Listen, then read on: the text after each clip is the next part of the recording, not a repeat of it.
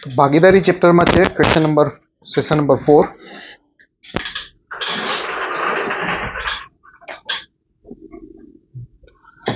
तो के छे आपणे एबीसी एबीसीडी एबीसी छे कोई भागीदारी में प्रवेश करे छे जेमा ते लोकोनो शेर छे 1/2 1/3 અને 1/4 प्रमाण छे। ते लोकोनो ए बी અને सी નું મૂડીનું પ્રમાણ 1/2 1/3 અને 1/4 છે તેવું કહે છે આપણે। હવે શું કહે છે 2 મહિના પછી એ તેની અડધી મૂડી પાછી ખેંચી લે છે। સમયગાળો અલગ અલગ આપ્યો આપણે, કોઈ મૂડીમાં પણ અપડાઉન થાય છે તો આપણે વાર્ષિક મૂડી શોધવી પડે। You are aware about that. તમને ખબર છે કે ભાઈ વાર્ષિક મૂડી છે, વાર્ષિક મૂડી તે કેવી રીતે મળશે તો કે મૂડી ગુણ્યા સમયગાળો, રાઈટ ના। હવે એ તેની અડધી મૂડી પાછી ખેંચી લે છે, એની મૂડી કેટલી છે આપણે ખબર નથી। વર્ષના અંતે 378 નો નફો થાય છે, તેને આપણે વેચવાનો છે। તો પહેલા તમારે અહીંયા જે અપૂર્ણાંકમાં જે આપણે મૂડીની સરખામણી આપી છે તેને ગુણોત્તરમાં ફેરવો। કોઈ પણ અપૂર્ણાંકને ગુણોત્તરમાં ફેરવવા માટે છેદ સરખા કરવા। અપૂર્ણાંકને ગુણોત્તરમાં ફેરવવા છેદ સરખા કરવા। છેદમાં વિચારો કે શું પોસિબલ થશે ઇક્વલ તો કે 12। છેદમાં 12 લઈ આવવા માટે આને ઉપર નીચે 6 વડે ગુણાવશું। અપૂર્ણાંકમાં અંશ અને છેદમાં સરખી સંખ્યા ગુણાવતા એમાં કોઈ કિંમતમાં ફરક પડે નહીં। બધામાં છેદમાં આપણે 12 કોમન કરી લેશું। તો હવે શું થઈ જશે? હવે તો કે આ થઈ જશે 6/12, 4/12 અને 3/12। 12 બધામાંથી કોમન કેન્સલ કરી દઈએ આપણે તો ગુણોત્તર મળી ગયો 6/4/3, રાઈટ ના। હવે આપણે એમાં અમુક મહિના એ પૈસા રાખ્યા પછી તેના અડધા પૈસા ઉપાડી લીધા। એમ કીધું આપણે કે 2 મહિના પછી એ છે તે અડધું ફંડ ઉપાડી લે છે તો આપણે એ 6/4/3 એનો મૂડીનો ગુણોત્તર છે ત્રણેયનો આપણે ખબર છે। તો એકચ્યુઅલ મૂડી આપણે ધારી લઈએ 600, 400 અને 300। ગુણોત્તરમાં સરખી સંખ્યા ગુણાવવાથી કોઈ ફરક પડે નહીં। હવે એ 2 મહિના પછી અડધી મૂડી પાછી ખેંચી લે છે, 2 મહિના સુધી તો 600 એ 600 જ રહેશે ને। હવે તેને અડધી લઈ લીધી એટલે હવે 300 વેચી। હવે મહિના કેટલા બચ્યા તો કે 10। એ 2 મહિના પછી અડધી મૂડી લઈ લે છે। બી અને સી માં તો સ્ટાર્ટિંગથી લઈને એન્ડ સુધી સમાન મૂડી જ છે એટલે 12 મહિના। તો એનું રોકાણ કેટલું થયું કહેવાય? વાર્ષિક રોકાણ 600 × 2 1200, 300 × 10 એટલે કે 3000। એટલે એનું વાર્ષિક રોકાણ કહેવાશે 4200, બી નું વાર્ષિક રોકાણ કહેવાશે 4800 અને સી નું વાર્ષિક રોકાણ કહેવાશે 3600। બધામાંથી 2 0 કોમન, બધાને 6 વડે ભાંગી શકશી। 7 × 42, 8 × 48 અને 6 × 36। તો એનો મતલબ એ થયો કે જે કંઈ પણ નફો નુકસાન છે તેને 7/8/6 માં વેચવું પડે। તો અહીંયા કેટલા રૂપિયાનો નફો છે? 378, જેમાં આપણે બી નો ભાગ જોઈ છે એટલે 378 ગુણ્યા બી નો ગુણોત્તર છેદમાં બધા ગુણોત્તરનો ટોટલ 7 ને 8 15 ને 6 21। તો વેરી ઇઝીલી તમને બી નો ભાગ મળી જશે 144। લખી લેજો।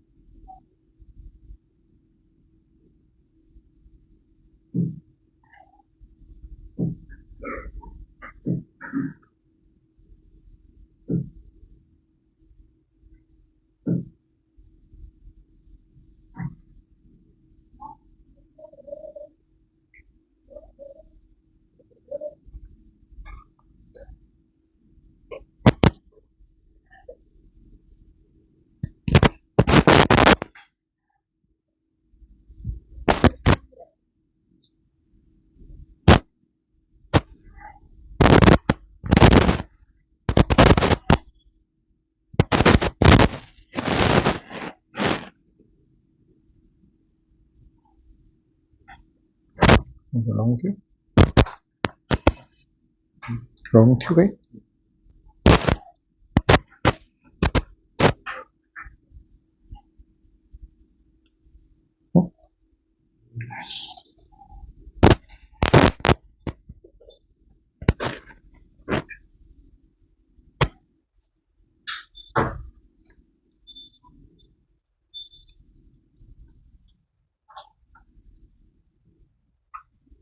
ડન.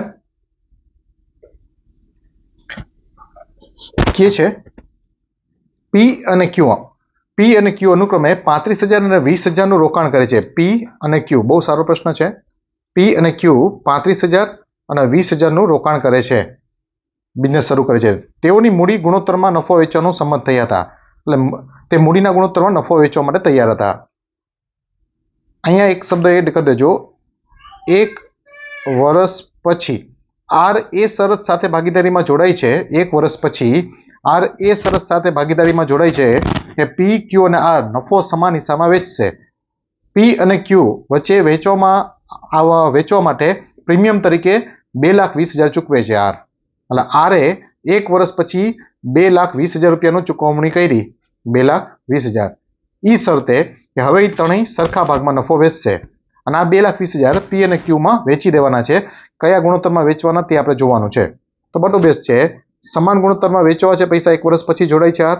એટલે કે 1 વર્ષ પછી આ લોકોનું રોકાણ કેટલું ગણાય એકચ્યુઅલમાં? તો 35,000 ગુણ્યા 12 કેવી રીતે કરાય? 12 તેરી 36 એટલે 3,60,000 થયા અને 12 ગુણ્યા 5 એટલે 60,000. 360 વત્તા 60 એટલે કે 420 નું રોકાણ કહેવાય. એનું વાર્ષિક રોકાણ મૂડી ગુણ્યા સમયગાળો. ક્યુ નું રોકાણ વાર્ષિક કેટલું કહેવાય? 20,000 ગુણ્યા 12 એટલે કે 2,40,000 કહેવાય. રાઈટ ને? હવે જુઓ, સરખા ભાગમાં મૂડી વેચવું હોય, નફો વેચવો હોય તો અહીંયા મૂડી વાર્ષિક મૂડી એની સમાન થઈ જવી જોઈએ. તો અહીંયા 2,20 છે. અહીંયા 2,20 લેવા માટે ક્યુ શું કરશે? 20,000 રૂપિયામાંથી પ્રીમિયમમાંથી લઈ લેશે અને પી શું કરશે? 2 લાખ લઈ લેશે. તો અલ્ટિમેટ હવે પી ના 2,20,000 થઈ ગયા ને અને ક્યુ ના પણ 2,20,000 થઈ ગયા. તો હવે બધા ત્રણે સમાન હિસ્સામાં વેચી શકે. એટલે અહીંયા અલ્ટિમેટ એ શું કર્યું? પી એ 2 લાખ રૂપિયા અને ક્યુ એ 20,000 રૂપિયા લેશે. એટલે ગુણોત્તર શું થયો? 10:1. 10:1 ના ગુણોત્તરમાં તે ફંડ છે તે પાછું લઈ લેશે માંથી.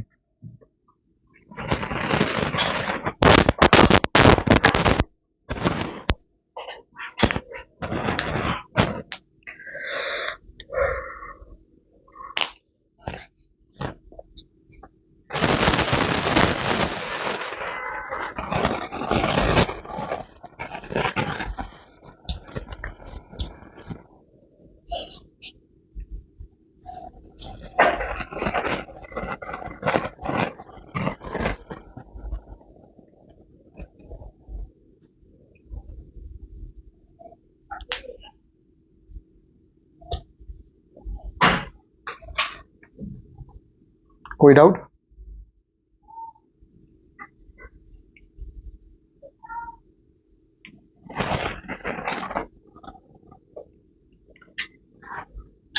અગેન એક સારો પ્રશ્ન છે. કે છે આઝાદ આખા વર્ષ માટે કોસ્મેટિક શોપમાં 55,000 નું રોકાણ કરે છે. કોઈ આઝાદ કરીને છે 55,000 રૂપિયાનું રોકાણ કરે છે. તે આઝાદના 4 મહિના પછી હિન્દ કરીને કોઈ છે, હિન્દ, તે 4 મહિના પછી 70,000 નું રોકાણ કરે છે. 70,000 નું રોકાણ કરે છે. આઝાદ 55,000 અને હિન્દ છે તે 70,000 નું રોકાણ કરે છે. આગલા વર્ષે આઝાદ 10,000 નું વધુ રોકાણ કરે છે. તેનો મતલબ શું થયો? ફર્સ્ટ યર અને સેકન્ડ યર 2 વર્ષ વાળો પ્રશ્ન છે. આઝાદે પહેલા વર્ષ માટે 55,000 રાખ્યા, બીજા વર્ષે 10,000 વધુ એટલે 65,000 થઈ જશે બીજા વર્ષે. ક્લિયર? હિન્દે શું કર્યું? બીજા વર્ષે 10,000 પાછા ખેંચી લીધા અને હિન્દ 4 મહિના પછી જોડાણો હતો ને. હિન્દ કેટલા મહિના પછી આવે છે? 4 મહિના પછી. તેનો મતલબ એ થયો કે પહેલા વર્ષમાં હિન્દે 70,000 રૂપિયા, ફર્સ્ટ યરમાં હિન્દે 70,000 રૂપિયા ફક્ત 8 મહિના માટે ગણાશે. શું કરો? 8 મહિના માટે ગણાશે કારણ કે 4 મહિના પછી હિન્દ આવે છે. હિન્દ ક્યારે આવે છે? 4 મહિના પછી. આઝાદ શરૂઆતથી છે એટલે આઝાદના પૈસા 12 મહિના ગણાશે. બીજા વર્ષે આના 12 ગણાશે. હિન્દ બીજા વર્ષે 10,000 નો ઉપાડ કરી લે છે એટલે હવે 60,000 જ છે અને એમાં 12 મહિના પૂરા ગણાશે. શું કરવા? કારણ કે હવે તો 12 પૂરા ગણાય ને. ખાલી હિન્દ શું કર્યું હતું? આઝાદના 4 મહિના પછી જોડાનો હતો. હિન્દે શું કર્યું? આઝાદના 4 મહિના પછી હિન્દ જોડાય છે એટલે પહેલા વર્ષમાં ફર્સ્ટ યરમાં હિન્દના પૈસા 4 મહિના પછી આવશે એટલે 8 મહિના માટે ગણાશે.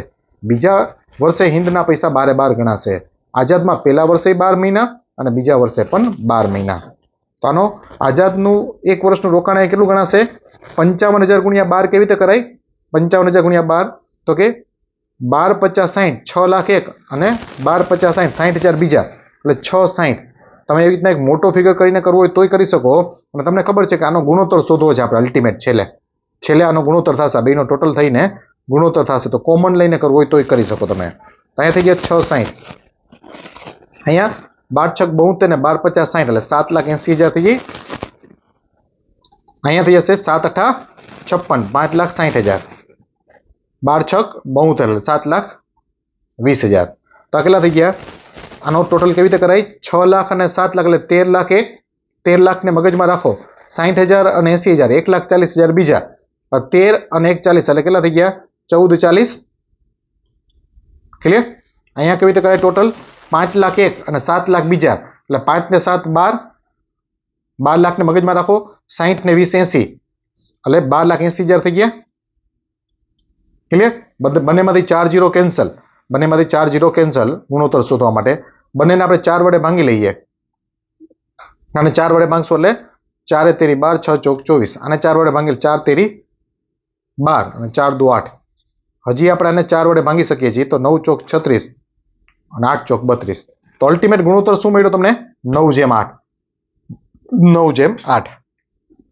હજી પ્રશ્નમાં શું કહે છે બહુ સારો પ્રશ્ન છે હવે શું કહે છે 2 વર્ષના અંતે આઝાદને 32,375 મળે છે બહુ સારા લેવલનો પ્રશ્ન છે કે 2 વર્ષના અંતે 2 વર્ષ પછી આઝાદને નફામાંથી 32,375 મળે છે કુલ નફો શોધવાનો છે અડધો નફો સમાન ભાગે સમાન રીતે અને બાકીનો મૂડીના ગુણોત્તરમાં વેચવાનો છે હવે કેવી સિચ્યુએશન થાય છે તો કે જે કંઈ પણ નફો થાય એમાંથી અડધો તે બંને સમાન ભાગમાં વેચશે અને બાકીનો અડધો મૂડીના ગુણોત્તરમાં વાર્ષિક મૂડીના ગુણોત્તરમાં તો મૂડીનો ગુણોત્તર શું મળ્યો આપણે 9/8 9/8 કોઈ સંખ્યાને વેચવી હોય એટલે 9 ને 8 17 17ના ગુણાંકમાં હોવો જોઈએ નફો તમારો એટલે એક એવી રકમ આપણે અહીંયા ધારશી કે જેને અડધી કર્યા પછી 17 વડે ભાંગી શકીએ તો આપણે શું ધારી લેશી કુલ નફો ધારી લેશે આપણે 3400 શું કરો 3400 ધાર્યો કારણ કે 3400 ના અડધા એટલે 1700 જે સમાન હિસ્સામાં બે વેચી લેશે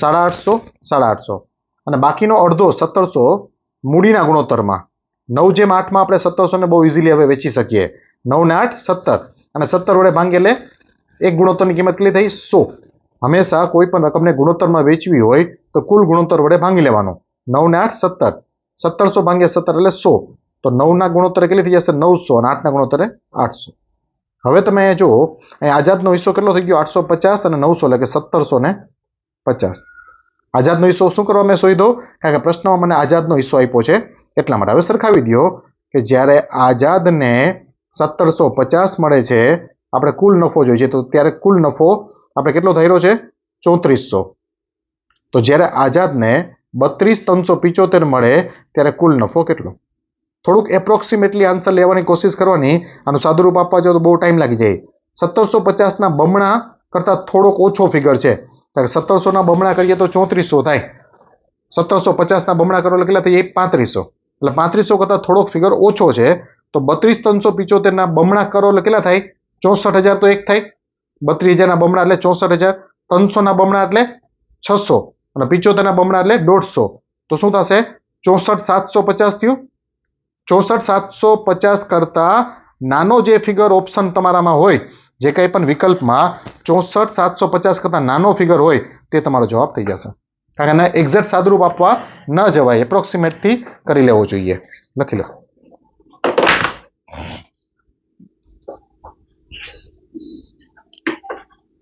બહુ સારો પ્રશ્ન છે કોઈ મોટી એક્ઝામ દેવાના તમે વિચારમાં હો ક્લાસ 1 2 જેવી સુપર ક્લાસ 3 જેવી તો એમાં કદાચ જરૂર પડે ક્લાસ 3 માં સાવ જરૂર નહીં પડે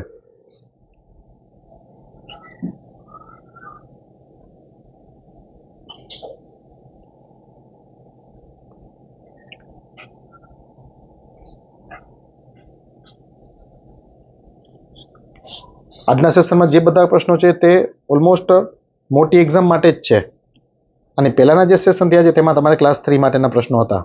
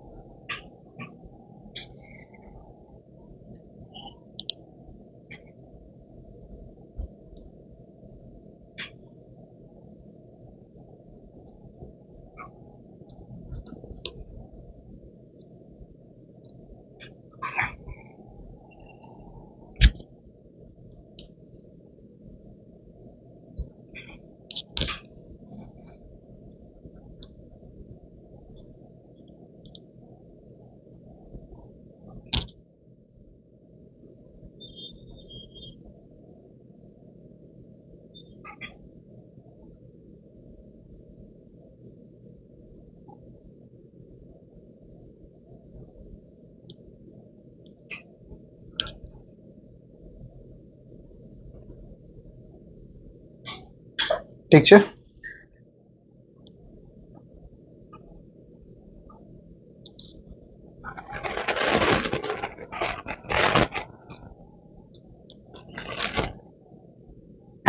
કરો જોઈએ ટ્રાય. સારો પ્રશ્ન છે. લાસ્ટ સેશનમાં આપણે આવો ક્વેશ્ચન એક કર્યો હતો. વધીને 40-50 સેકન્ડથી વધારે સમય ના લાગે, મેક્સિમમ 50 સેકન્ડ. ટ્રાય કરો.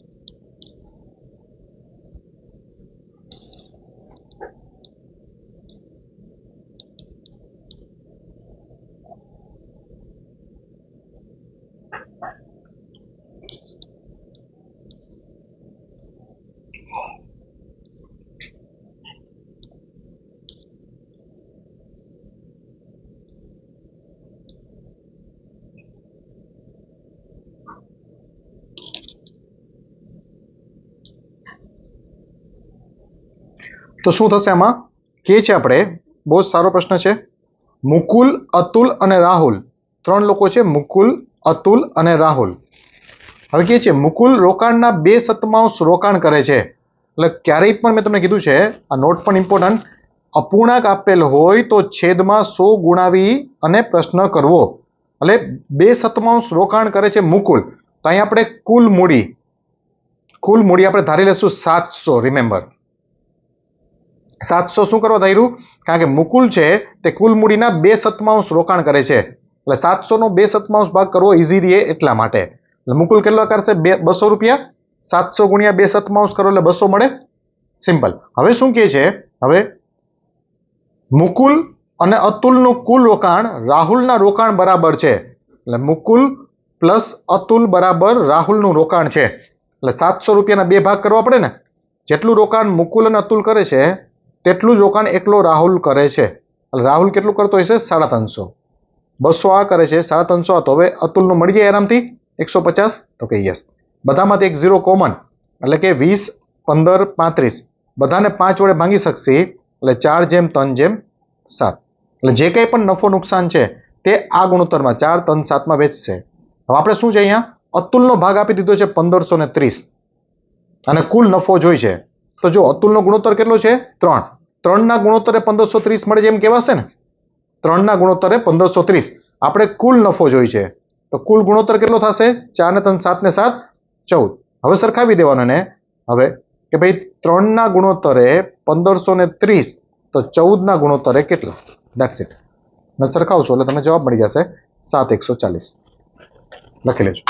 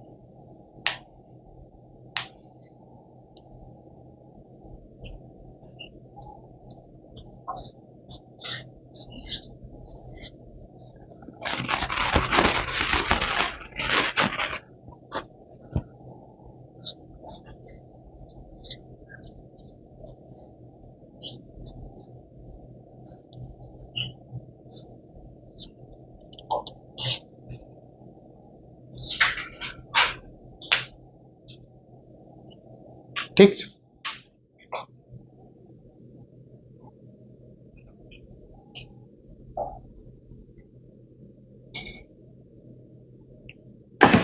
બહુ સરસ પ્રશ્ન છે એક. જનરલી મોટી એક્ઝામ હોય તો તેમાં આવશે, બાકી કોઈ ક્લાસ 3માં નોર્મલ એક્ઝામમાં નહીં જોવા મળે. ક્લાસ 1-2 ની એક્ઝામ આપવા જાઓ તો તમને એવો ક્વેશ્ચન મળી શકે. ઢોલક અને તબલા બે વ્યક્તિઓની વાત થાય છે. ભાગીદારીમાં વ્યવસાયમાં પ્રવેશ કરે છે. તબલાએ 50,000નું રોકાણ કર્યું. 4 મહિનાના અંતે તબલાએ 7,500નો ઉપાડ કરી લીધો. આપણે એમ કહી શકીએ ને કે 4 મહિના માટે તબલાએ 50,000નું રોકાણ કર્યું કહેવાય. હવે શું કર્યું? 7,500 ઉપાડી લીધા. બીજા 5 મહિના પછી 9,000 ઉપાડી લીધા. અને હવે એમ કહી શકીએ નેક્સ્ટ 5 મહિના માટે 50,000માંથી એને શું કર્યું? 7,500 ઉપાડી લીધા તો 42,500 વધ્યા હોય. નેક્સ્ટ 5 મહિના માટે શું કરવા? નેક્સ્ટ 5 મહિના માટે કારણ કે 5 મહિના પછી બીજા 9,000 ઉપાડી લઈએ છીએ. તો હવે 9,000 બીજા ઉપાડી લીધા તો હવે કેટલા વધ્યા હોય? 33,500 રિમેનિંગ મંથ માટે. 5 ને 4 9. તો હવે કેટલા મહિના બચ્યા હોય? 3 મહિના માટે. સિમ્પલ. આ એક જ લાઈન છે તે ઇમ્પોર્ટન્ટ છે આખા પ્રશ્નમાં કે ભાઈ તબલાએ 50,000નું રોકાણ કર્યું, 4 મહિનાના અંતે 7,500 ઉપાડી લીધા. એટલે પહેલા 4 મહિના માટે તો 50,000 જ રહીએ ને. હવે 7,500નો ઉપાડ કરી લીધો તો હવે 42,500 વધ્યા હોય નેક્સ્ટ 5 મહિના માટે. શું કરવા નેક્સ્ટ 5 મહિના માટે? કારણ કે બીજા 5 મહિનાના અંતે ફરીથી 9,000 ઉપાડ કરી લે છે. એટલે 5 મહિના સુધી નેક્સ્ટ 5 મહિના માટે 42,500 વધ્યા હોય. હવે 9,000 બીજા કાઢી લેતા હવે 33,500 વધ્યા હોય. રાઈટ ના? નેક્સ્ટ 3 મહિના માટે. Is it clear? સિમ્પલ. અને ધોળક તેનું રોકાણ અંકબંધ રાખ્યું છેલ્લે સુધી. એટલે ધોળક છે તેણે કેટલા રૂપિયા રોકાણ કર્યું છે આપણે ખબર નથી, પણ એના 12 મહિના ₹100નું રોકાણ છે. એટલે વાર્ષિક મૂડી શોધી લ્યો. હવે આની વાર્ષિક મૂડી એટલે તમને ખબર છે મૂડી ગુણ્યા સમયગાળો એટલે વાર્ષિક મૂડી મળશે આપણે. તો ધોલકની મૂડી કેટલી થઈ જશે? 12x. તબલાનું કેલ્ક્યુલેશન કરશે આપણે અહીંયા 4 ગુણ્યા 50,000 એટલે કે 2 લાખ. 5 ગુણ્યા 42,500 તો 42,500 ગુણ્યા 5 કેવી રીતે કરાય દિમાગમાં ઓરલી? 40,000 ગુણ્યા 5 કરો એટલે 2 લાખ એક અને 2500 ગુણ્યા 5 એટલે 12,500 બીજા એટલે 2 લાખ અને 12,500 એટલે કે 2,12,500. 33,500 ગુણ્યા 3,000 કેવી રીતે કરાય? 33,000 ગુણ્યા 3 કરો એટલે 99,000 તો એક થઈ ગયા. 33 99. 500 ગુણ્યા 3 એટલે 1,500 બીજા તો 99,000 પ્લસ 1,500 કેટલા થાય? 1,05,000. ક્લિયર? એટલે કુલ રોકાણ કેટલું થઈ ગયું એનું? 2 લાખ 1, 2 ને 2 4, 4 ને 1 5, 12,500 ને 500 એટલે 13,000 એટલે 5,13,000 થયું. ક્લિયર છે? હવે વર્ષના અંતે તેને એટલે કે ધોળકને 40% રકમ મળે છે. ધોળકે રોકાણ અંકબંધ રાખ્યું તો તેનું રોકાણ શું હતું? જો એક વર્ષના અંતે તેને 40% મળે એટલે ધોળકને 40% મળે છે નફામાંથી તો 60% કેને મળશે? તબલાને. ક્લિયર ને? સિમ્પલ. હવે તમે સમજો કે 60% તબલાને મળે છે તો તબલાનું વાર્ષિક રોકાણ કેટલું છે? 5,13,000. તો 60% એ 5,13,000. તો હવે ધોળકનું વાર્ષિક રોકાણ મળી જાય તમને? 40% એ કેટલા? જો 60% એ 5,13,000 તો 40% એ કેટલા? તો શું થશે અહીંયા આપણે? ધોળકનું વાર્ષિક રોકાણ મળી જશે અને ધોળકનું વાર્ષિક રોકાણ કેટલું છે? 12x. એટલે 12x ની કિંમત આપણે મળી જશે. આને આપણે ચોકડી ગુણાકાર કરવા ના જવાય, વિચારી લેવાય કે આપણે અહીંયા હોરિઝોન્ટલ વર્ટિકલ શું થઈ શકે એમ છે. અહીંયા 60 થી મારે 40 જોતા હોય તો 60 ને હું 3 વડે ભાંગું અને 2 વડે ગુણાવું તો 40 મળી જાય ને. 60 ભાગ્યા 3 એટલે 20, 20 ગુણ્યા 2 એટલે 40 થઈ ગયા. એટલે 60 નો 2/3 ભાગ 40 થયો તો આને પણ 2/3 કરી દો અને 3 વડે ભાંગી નાખો અને 2 વડે ગુણાવો. 3 વડે ભાંગશે એટલે 3 × 3, 2 વધે 7 × 21, 3 × 3. હવે આને 2 વડે ગુણાવી દો એટલે 17 ને 3 40, 17 34. ક્લિયર? 3,43,000. એટલે 3,43,000 છે તે ધોળકની વાર્ષિક રોકાણ કહેવાશે. વાર્ષિક રોકાણ એટલે શું? ધોળકનું 12x ની કિંમત મળી આપણે 3,43,000.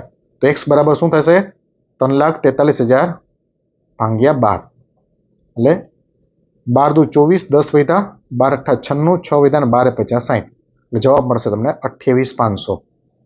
x એટલે શું છે? ધોળકની મૂડી. એટલે ધોળકે કેટલાનું રોકાણ કર્યું હશે? 28,500નું. બહુ જ સારો પ્રશ્ન છે. કોઈ મોટી એક્ઝામ હશે તો જ આવશે ક્લાસ 1-2. બાકી ક્લાસ 3માં આનો કોઈ પ્રશ્ન જોવા મળશે નહીં. ક્લાસ 3 માટે તમને સેશન 1, 2 અને 3 જે 3 સેશન છે તેના સિવાય કોઈ વસ્તુ જરૂર પડશે નહીં. જોઈ લો.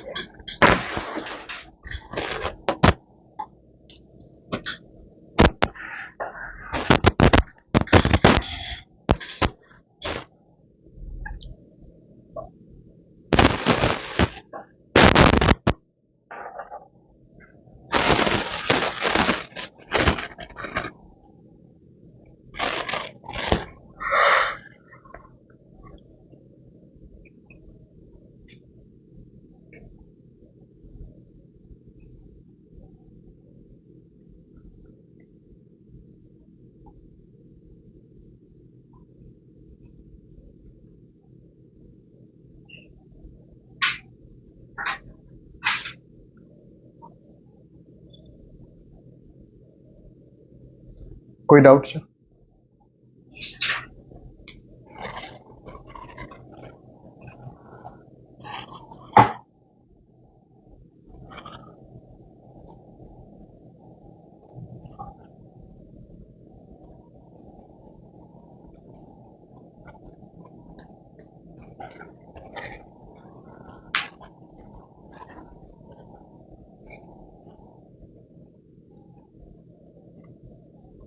છે કોઈ ડાઉટ?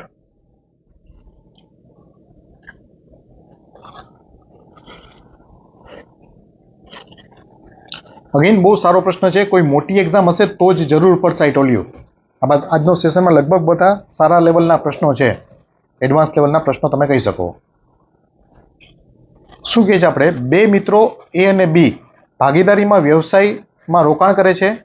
બી એના પગારના 20% ઉધાર લે છે, તેને તેના પગારના 60% સાથે જોડે છે અને એ સાથે રોકાણ કરે છે. વાક્યને સમજો પરફેક્ટલી. બી છે તે એનો જે કંઈ પગાર છે તેના 20% ઉધાર લે છે એ પાસેથી અને પોતાના પગારના 60% સાથે તેને ભેળવીને ધંધામાં રોકાણ કરે છે.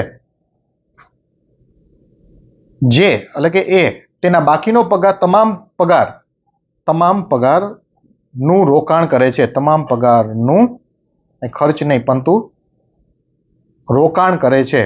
એટલે કોણ? એ છે તે બાકીનો બધો પગાર રોકાણ કરે છે. 1 વર્ષ પછી એ બી નફો વેચે છે 5/3 બી તેની પાસેથી ઉછીના લીધેલા રકમ 21,000 એને પરત આપી દે છે. તો અહીંયા આપણે લાસ્ટ લાઈનમાં હિન્ટ આપી દીધી કે બીએ એ પાસેથી એના પગારના 20% ઉછીના લીધા હતા, જે તેને પરત આપ્યા. કેટલા છે? 21,000.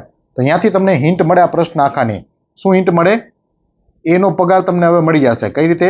એનો પગાર 20% પગાર જે હતો તે 21,000 થયો ને, કારણ કે બીએ એના પગારના 20% રકમ ઉછીની લીધી હતી, જે અહીંયા એમ કે છે પરત આપે છે 21,000. તો 20% પગાર એનો 21,000 થયો, તો 100% પગાર કેટલો થશે? ફૂલ પગાર. એટલે 20 ના 5 ગણા એટલે 100. 20 × 50 100. તો 21 × 50 1,05,000. એટલે એનો પગાર મળી ગયો 1,05,000. હવે શું કીધું? જે 21,000 એ પાસેથી ઉછીના લીધા બીએ શું કર્યું? 21,000 રૂપિયા એ પાસેથી ઉછીના લીધા હતા તે પ્લસ પોતાના પગારના 60%.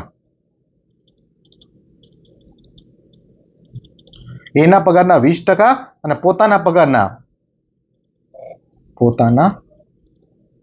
60% નું રોકાણ કરે છે. અને એ શું કર્યું? પોતાના પગારના 20% બીને આપી દીધા અને બાકીનો બધા રોકાણ કરી દીધો. એટલે 84,000 એ રોકાણ કર્યું કહેવાય. ક્લિયર? હવે અહીંયા આપણે સિચ્યુએશન શું બનશે? તો કે બંને નફો છે તે 5/3 વેચે છે. 5/3. બહુ સરસ પ્રશ્ન છે. 5/3 વેચે છે નફો. તો અહીંયા 5ના ગુણોત્તરે એનું મૂડી કેટલી છે? 84,000. તો અહીંયા 3ના ગુણોત્તરે બીની મૂડી કેટલી હોવી જોઈએ તે શોધી લ્યો. 5 84,000 તો 3 કેટલા? એટલે કે 84,000 ગુણ્યા 3/5. 5 × 5 3 વધશે 6 × 30 8 × 40. એટલે થઈ ગયું 16 × 38 ને 8 × 24 એટલે 50,400.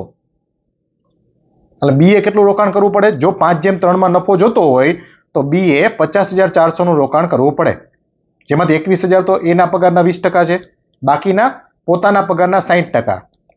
એટલે બાકીના કેટલા થાય તમે વિચારો. અહીંયા થશે 400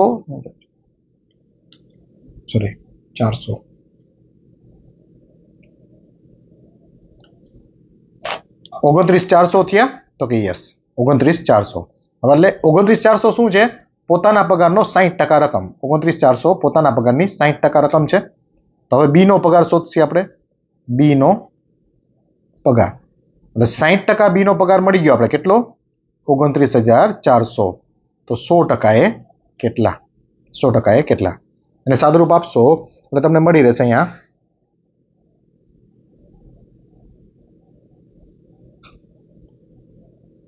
29,400 ગુણ્યા 100 ભાગ્યા 60. 0 0 કેન્સલ. 6 વડે ભાંગવાને તો 6 ચોક 24 9 છક 54 49,000 49,000. એટલે બી નો પગાર હશે 49,000. આપણે બે નો તફાવત જોઈ છે. પ્રશ્નમાં શું પૂછ્યું એ અને બી ના પગારનો તફાવત. તો તફાવત કેટલો થશે? 56,000. કારણ કે એનો પગાર 1,05,000, બી નો પગાર 49,000. તફાવત કેટલો થઈ જશે? 56,000. બહુ સારા લેવલની કોઈ એક્ઝામ હોય તો તેના માટે જરૂર પડે, પણ તૈયારી આપણે આવા પ્રશ્નોની કરીને રાખવાની. આ લેવલની તમે તૈયારી કરશો ને તો તમને ક્લાસ 3 સુપર ક્લાસ 3 ના જે પેપર આવશે તે સાવ ઇઝી લાગશે. લોકો તૈયારી સાવ નોર્મલ પ્રશ્નોની કરીને રાખે, પછી એના પેપરમાં અઘરું લાગે. જો તમે તૈયારી આ લેવલની કરશો, ભલે આપણે ક્લાસ 3માં આ લેવલના પ્રશ્નો ના આવે તોય તૈયારી આપણે આ લેવલની કરાય. તૈયારી તમે આ લેવલની કરી હોય તો તમારું સિલેક્શનના ચાન્સીસ વધતા જાય. જોઈ લો.